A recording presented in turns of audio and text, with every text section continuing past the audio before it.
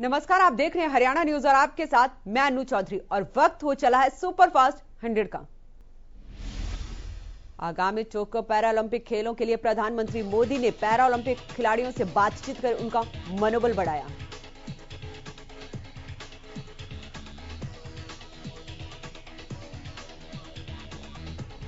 इसके साथ ही प्रधानमंत्री ने खिलाड़ियों से वादा किया कि अगर वो जीत कर आते हैं तो पीएम उनसे जरूर मिलेंगे और उनके अनुभव भी जानेंगे। बता दें कि टोक्यो पैरालंपिक खेलों का 24 अगस्त को उद्घाटन समारोह हुआ। 54 सदस्यीय भारतीय टीम 9 इवेंट्स में हिस्सा लेने वाली है। पीएम ने भारतीय खिलाड़ियों से कहा कि तिरंगा लेकर टोक्यो में सर्वश्रेष्ठ प्रदर्शन करेंगे तो पदक ही नहीं जीतेंगे बल्कि नए भारत के संकल्पों को नई ऊर्जा देंगे।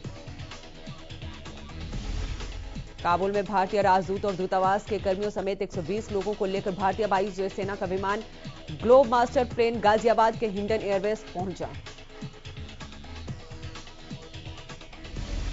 काबुल से लाए गए लोगों को थोड़ा आराम करवाने के लिए पहले गुजरात के जामनगर में प्लेन को रोका गया था। उसके बाद प्लेन ने हिंडन एयरबेस के लिए उड़ान भरी थी।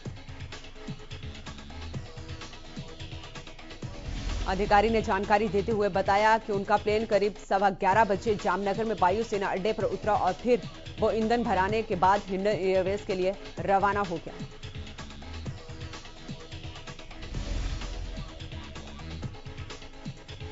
गौरतलब है कि अफगानिस्तान की राजधानी काबुल पर तालिबान के कब्जे के बाद वहां पैदा हालात के मद्देनजर आपात स्थिति में लोगों को वहां से निकालने के लिए विमान ने भारतीय कर्मियों को लेकर काबुल से उड़ान भरी थी। अफगानिस्तान में भारतीय राजदूत रुद्रेंद्र टंडन ने कहा कि काबुल में स्थिति अब बहुत गंभीर है और नाजुक है। वहां फंसे लोगों को हवाई सेवाएं बहाल होने के बाद ही वापस लाया जाएगा। टंडन ने कहा कि हम लगातार स्थिति की निगरानी कर रहे हैं क्योंकि अब भी कुछ भारतीय नागरिक वहां फंसे हुए हैं।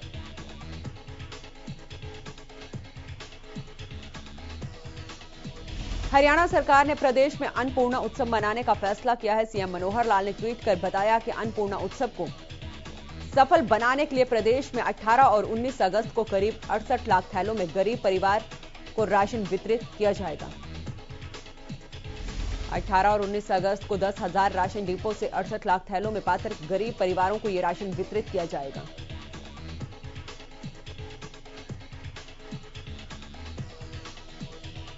इसके साथ ही प्रधानमंत्री गरीब कल्याण अन्न योजना के अंतर्गत नवंबर तक प्रदेश में गरीबों को निःशुल्क राशन दिया जाएगा।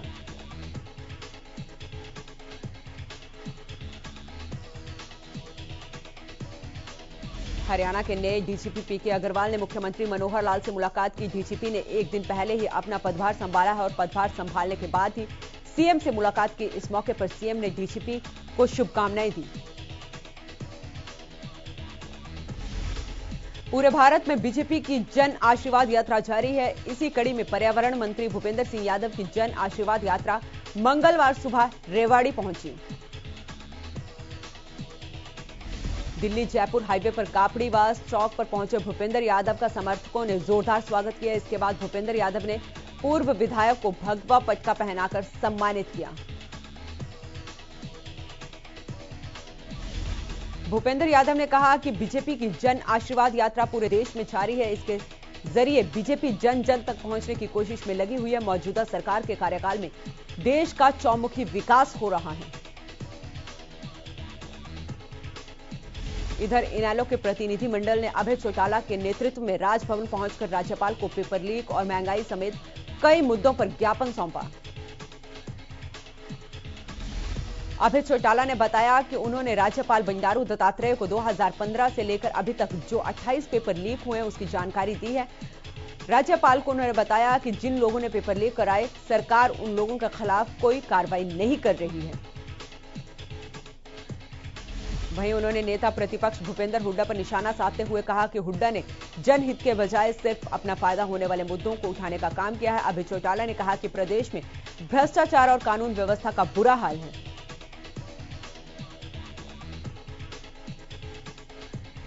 11 अगस्त को पूर्व मंत्री कैबिनेट अभिमन्यु द्वारा नारनौंद में निकाली गई तिरंगा यात्रा गांव डाटा के एक किसान के लिए समस्या बन गई। इस यात्रा में शामिल होने पर किसान सुरेश उर्फ लाला का गांव डाटा ने सामाजिक बहिष्कार कर दिया। सुरेश उर्फ लाला ने बताया कि 11 अगस्त को कैप्टन अभिमन्यु के नेतृत्व में नारनौंद में निकाली गई तिरंगा यात्रा में शामिल होने के लिए वो अपनी कंबाइन और ट्रैक्टर पर तिरंगा लगाकर आने के लिए तैयार था,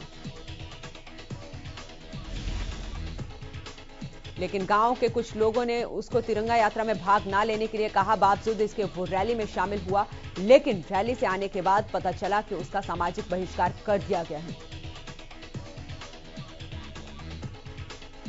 झज्जर में नगर पालिका कर्मचारियों ने सड़कों पर उतरकर सरकार के खिलाफ हल्ला बोला। सभी ने हाथों में काले झंडे लेकर काला दिवस भी मनाया।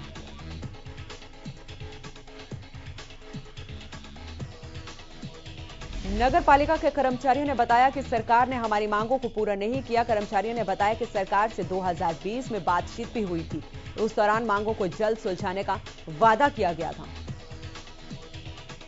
जिसे अभी तक पूरा नहीं किया गया है। कर्मचारियों ने सरकार को आगाह करते हुए कहा कि अगर हमारी मांगों को पूरा नहीं किया गया तो 24 और 25 को कर्मचारी भूख हड़ताल करेंगे। रक्षाबंधन के मौके पर हरियाणा रोडवेज महिलाओं को विशेष सौगात देने की तैयारी में है। पानीपत बस डिपो के सुपरवाइजर पंकज पुनिया ने बताया कि 22 अगस्त यानी रक्षाबंधन के अवसर पर महिलाएं और 15 साल तक के बच्चों के लिए फ्री बस सेवा होगी।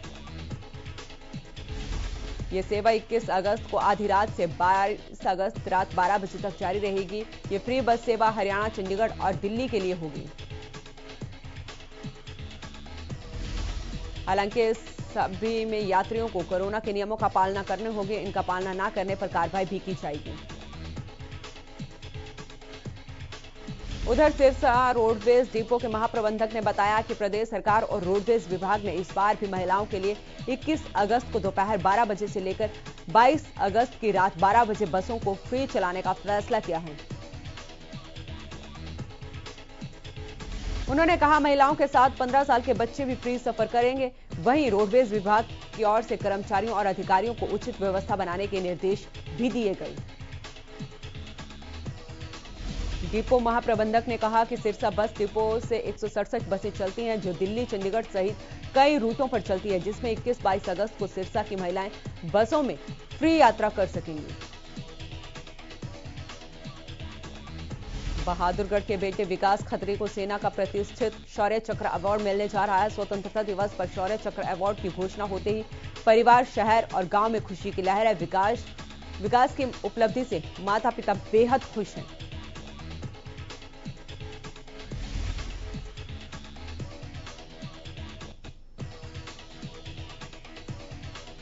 विकास जम्मू के पुंछ जिले में तैनात है। दिसंबर 2020 में पीर पंजाल की पहाड़ियों में ड्यूटी के दौरान विकास को आतंकवादियों की जानकारी मिली थी। आतंकियों का पीछा करते हुए विकास ने 2 आतंकियों को मार गिराया और एक को पकड़ लिया। बतौर कैप्टन विकास ने पूरा ऑपरेशन अंजाम दिया था और इसी साल विकास को कैप्टन से मेजर बना दिया गया। मेजर विकास खत्री की उपलब्धि से युवाओं में नई ऊर्जा का संचार होगा और देश के सेवा करने के लिए एक नए जोश के साथ युवा आगे आएंगे। टोक्यो ओलंपिक में देश के लिए गोल्ड मेडल लाने वाले नीरज चोपड़ा का पानीपत में जोरदार स्वागत किया गया।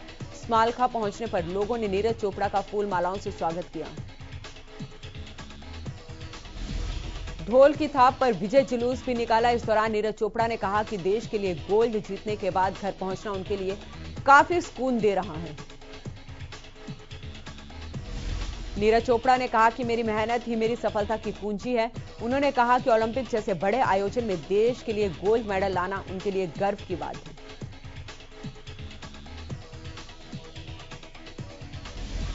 पलवल में खेल और खिलाड़ियों को प्रोत्साहित करने के लिए आर्टिस्ट यूनिस खान और उनकी टीम की ओर से रेलवे स्टेशन के पास नीरज चोपड़ा की 180 फीट की एक पेंटिंग बनाई थी। इस मौके पर खेल अधिकारी मैरी मसीह ने कहा कि खेल भावनाओं को बढ़ाने के लिए और युवाओं को प्रोत्साहित करने के लिए पेंटिंग बनाई गई है। इस पेंटिंग के जरिए लोगों को खेल के प्रति एक सार्थक मैसेज जाएगा,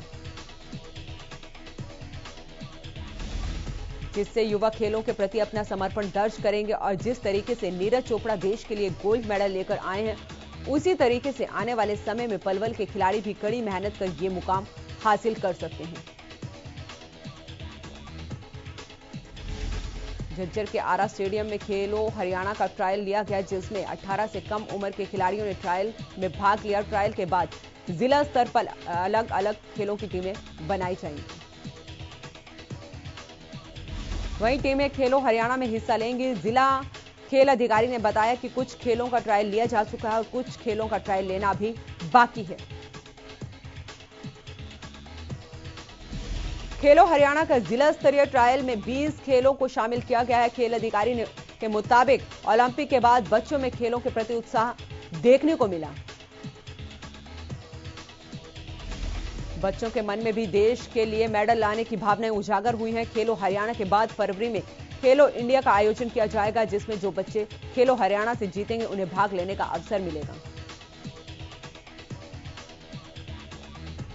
हरियाणा स्टाफ सिलेक्शन कमीशन ने सब इंस्पेक्टर की भर्ती परीक्षा को स्थगित कर दिया है। सब इंस्पेक्टर भर्ती की लिखित परीक्षा 29 अगस्त को होने वाली थी, जिसे स्थगित किया गया है।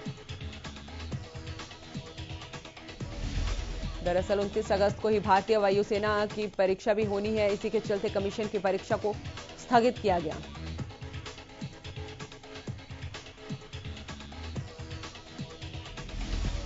गोहाना में बाईपास रोड पर हाल बेहाल है। रास्ता इतना खराब है कि जगह जगह गड्ढे बने हुए हैं।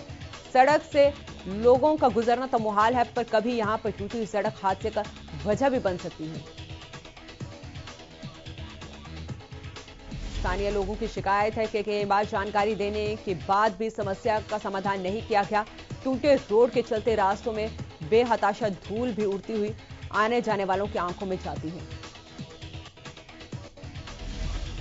जानकारी के मुताबिक इस रोड के निर्माण में करोड़ों रुपए खर्च किए गए थे, लेकिन अधिकारियों और ठेकेदारों की लापरवाही के चलते यह सड़क घटिया सामग्री से बनाई गई है और इतना जल्दी टूटने का कारण भी बनी।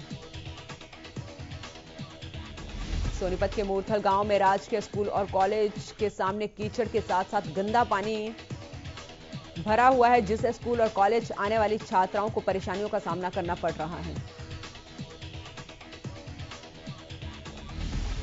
स्थानीय लोगों का कहना है कि ग्रामीण और कॉलेज प्रशासन कई बार प्रशासन से शिकायत कर चुका है, लेकिन अब तक समाधान नहीं हुआ है। दरअसल स्कूल के मुख्य द्वार पर निकलने के लिए कोई रास्ता नहीं बचा है। छात्राओं और स्कूल स्टाफ के निकलने के लिए कुछ ईंट कीचड़ में बिछाई गई हैं, ताकि वो कीचड़ से बचकर निकल सके। इसी को लेकर ग्रामीणों ने स्कूल के सामने खड़े होकर गंदे पानी के जल भराव की निकासी के लिए और प्रशासन के खिलाफ जमकर नारेबाजी की। कैथल में एसपी ने बड़े स्तर पर थाना प्रभारियों के तबादले किए हैं, जिसके मुताबिक सुनीता सैनी को महिला थाना प्रभारी की जिम्मेदारी दी गई है। वहीं इंस्पेक्टर सुरेंद्र को कैथल सिटी थाना इंचार्ज नियुक्त किया गया है। इंस्पेक्टर वीरभान को सदन थाना प्रभारी और शिव कुमार को गूला थाना इंचार्ज की जिम्मेदारी दी गई है। ट्रैफिक इंचार्ज का कार्यभार इंस्पेक्टर मुकेश कुमार को सौंपा गया है और राजपुल को ट्रैफिक एसएचओ से बदलकर सिटी थाना में एडिशनल एसएचओ लगाया गया। पिहोवा में मंगलवार को बिजली कर्मचारियों ने दूसरे दिन भी बिजली कार्यालय में 4 अधिकारियों की बदली होने को लेकर अनिश्चितकालीन धरना दिया। सभी बिजली कर्मचारियों ने प्रशासन को चेतावनी देते हुए कहा कि जब तक गलत तरीके से की गई बदली को रद्द नहीं किया जाएगा, तब तक धरना इसी तरह से जारी रहेगा।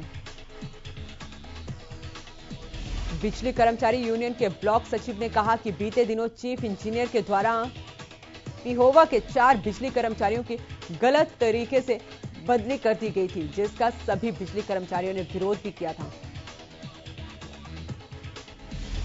फतेहाबाद के एडीसी अजय चोपड़ा ने मंगलवार को नगर परिषद कार्यालय का निरीक्षण किया। इस दौरान अधिकारियों और कर्मचारियों को दिशा निर्देश भी दिए गए। नगर परिषद पहुंचे एडीसी की ओर से प्रॉपर्टी आईडी को लेकर कर्मचारियों से पूरी जानकारी ली गई।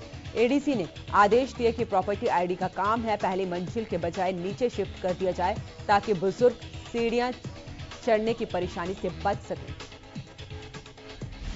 उधर पत्रकारों से बातचीत करते हुए डीसी ने कहा कि स्ट्रीट लाइट को लेकर भी नगर परिषद की ओर से टेंडर जारी कर दिया गया है और जल्द काम शुरू हो जाएगा।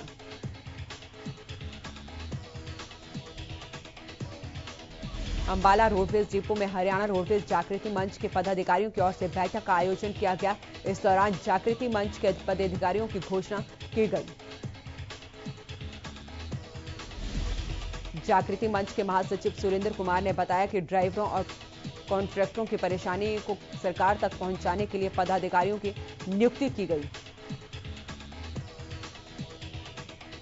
सुरेंद्र ने कहा कि रोडवेज में कर्मचारियों के साथ भेदभाव किया जा रहा है। उच्च अधिकारियों और कर्मचारियों की ओर से रोडवेज के कर्मचारियों के हक रोके जा रहे हैं। इसी को देखते हुए अंबाला में पदाधिकारियों की घोषणा की गई है। पलवल के एक निजी स्कूल में पढ़ने वाले 12वीं के छात्र ने अपनी क्लास के दूसरे छात्रों से परेशान होकर स्कूल की दूसरी मंजिल से छलांग लगा दी। बताया जा रहा है कि छात्र के दोनों पैर टूट गए हैं।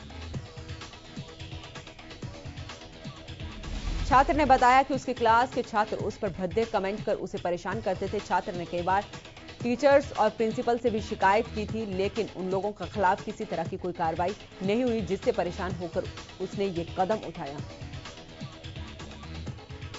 यमुनानगर के बिलासपुर जगाधरी रोड पर पुराने पेट्रोल पंप के पास दो पक्षों में पुरानी रंजिश के चलते फायरिंग हो गई, जिसमें एक पक्ष ने लगभग 4 राउंड फायर किए। गोलियों की आवाज से क्षेत्र में दहशत फैल गई। फायरिंग की सूचना मिलते ही एसएचओ बिलासपुर मौके पर टीम के साथ पहुंचे। एसएचओ का कहना है कि उन्हें सूचना मिली थी कि 2 गाड़ियों के बीच टक्कर होने के बाद फायरिंग हो गई है। वहीं पुलिस अब इस मामले की जांच कर रही है। फिलहाल यह मामला पुरानी रंजिश से जुड़ा बताया जा रहा है, लेकिन जांच के बाद ही पूरी स्थिति साफ हो पाएगी। हिसार में ज्ञानदीप आश्रम के संचालक के घर चोरी का मामला सामने आया है। जानकारी के मुताबिक महंत राजेश्वर नंद के घर सोमवार रात करीब 30 लाख रुपए की चोरी हो गई। घटना के वक्त चोरों ने रसोई की जाली काटी और घर में घुसकर $35,000 समेत कीमती सामान चुरा लिए। वहीं शिकायत के बाद पुलिस ने वारदात के संबंध में छानबीन शुरू कर दी है। पंचकुला क्राइम ब्रांच टीम ने चाकू मारकर लूट की वारदात को अंजाम देने वाले आरोपी को गिरफ्तार कर लिया है। क्राइम ब्रांच की टीम ने आरोपी को सेक्टर 1 स्थित जिला अदालत में पेश किया है, जहां से कोर्ट ने आरोपी को 1 दिन के पुलिस रिमांड पर भेजा है। जांच अधिकारी प्रदीप कुमार ने बताया कि पंचकुला डीसीपी मोहित हांडा के निर्देशानुसार जिले में अपराध की रोकथाम के लिए पुलिस की ओर से कड़ी कार्रवाई की जा रही है। इस मामले में 3 आरोपियों को पहले गिरफ्तार कर लिया गया था, जो पुलिस रिमांड पर थे। अब इस मामले में चौथे आरोपी अंकुश उर्फ धारी को भी गिरफ्तार कर लिया गया है। जुलाना में चोरियों का सिलसिला रुकने का नाम नहीं ले रहा है। इस बार जुलाना के वार्ड नंबर 10 की गली में चोरों का आतंक देखने को मिला,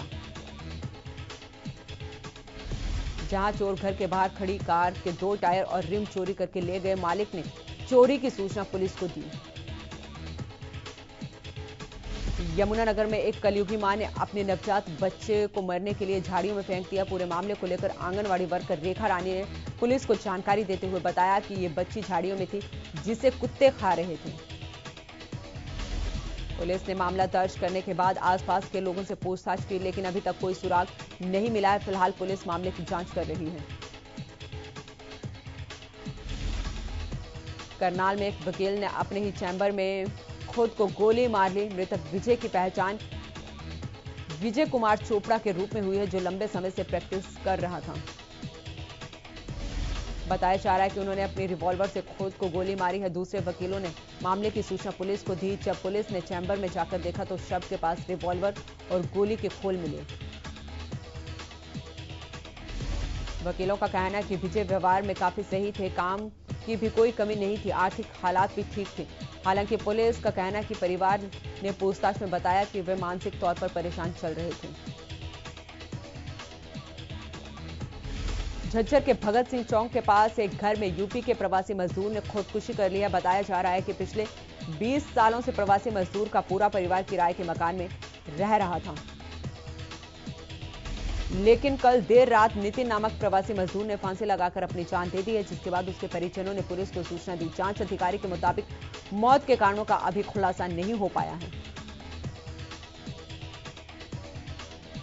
दरअसल मृतक नितिन झज्जर में ही सर्विस स्टेशन पर काम करता था, लेकिन बीती रात नितिन ने अपने कमरे में जाकर फांसी लगाकर आत्महत्या कर ली है।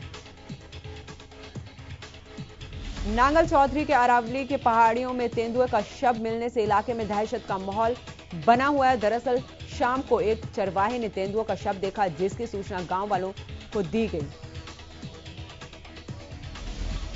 सूचना मिलते ही स्थानीय पुलिस और वाइल्ड लाइफ की टीम मौके पर पहुंची। इस दौरान तेंदुओं के शव को वाइल्ड लाइफ की टीम अपने साथ ले गई। हालांकि पुलिस और वन विभाग ने ग्रामीणों को अलर्ट रहने की सलाह दी है। करनाल में मंगलवार को नगर निगम और नगर पालिका के कर्मचारियों ने जमकर प्रदर्शन किया। नगर निगम ऑफिस से प्रदर्शन करते हुए कर्मचारी अंबेडकर चौक पर पहुंचे और वहां सरकार के खिलाफ जमकर नारेबाजी की। कर्मचारियों का कहना है कि हमने लॉकडाउन के दौरान सबसे ज्यादा काम किया, लेकिन सरकार हमारी अनदेखी कर रही है। दूसरे तमाम विभाग के कर्मचारियों को सरकार ने 50 लाख का बीमा दिया है, लेकिन हमसे किया वादा पूरा नहीं हुआ। इंद्री उपमंडल के गांव हिनोरी की सहकारी समिति में चपरासी कम स्पीकर की भर्ती प्रक्रिया को लेकर ग्रामीणों ने हंगामा कर दिया है। अंबाला में नगर परिषद के कर्मचारी और नगर पालिका कर्मचारी संघ ने अपनी मांगों को लेकर रोष प्रदर्शन किया। निगम कर्मचारियों ने नगर परिषद कैंट से काले झंडे लेकर छावनी बाजार से रोष मार्च निकाला। निगम कर्मचारियों से सरकार द्वारा लंबित मांगों को जल्द से जल्द पूरा करने की मांग की। नगर पालिका कर्मचारी संघ के राज्य प्रधान सेवक राम ने कहा कि सरकार कर्मचारियों की मांग की अनदेखी कर रही है। सेवाराम ने कहा कि पिछले साल निकाय मंत्री द्वारा 25 अप्रैल और 17 अगस्त को संघ के साथ बातचीत हुई थी, जिसमें कोरोना से मृत्यु होने वालों को 50 लाख रुपए का मुआवजा और 4000 जोखिम भत्ता देने पर सहमति बनी थी।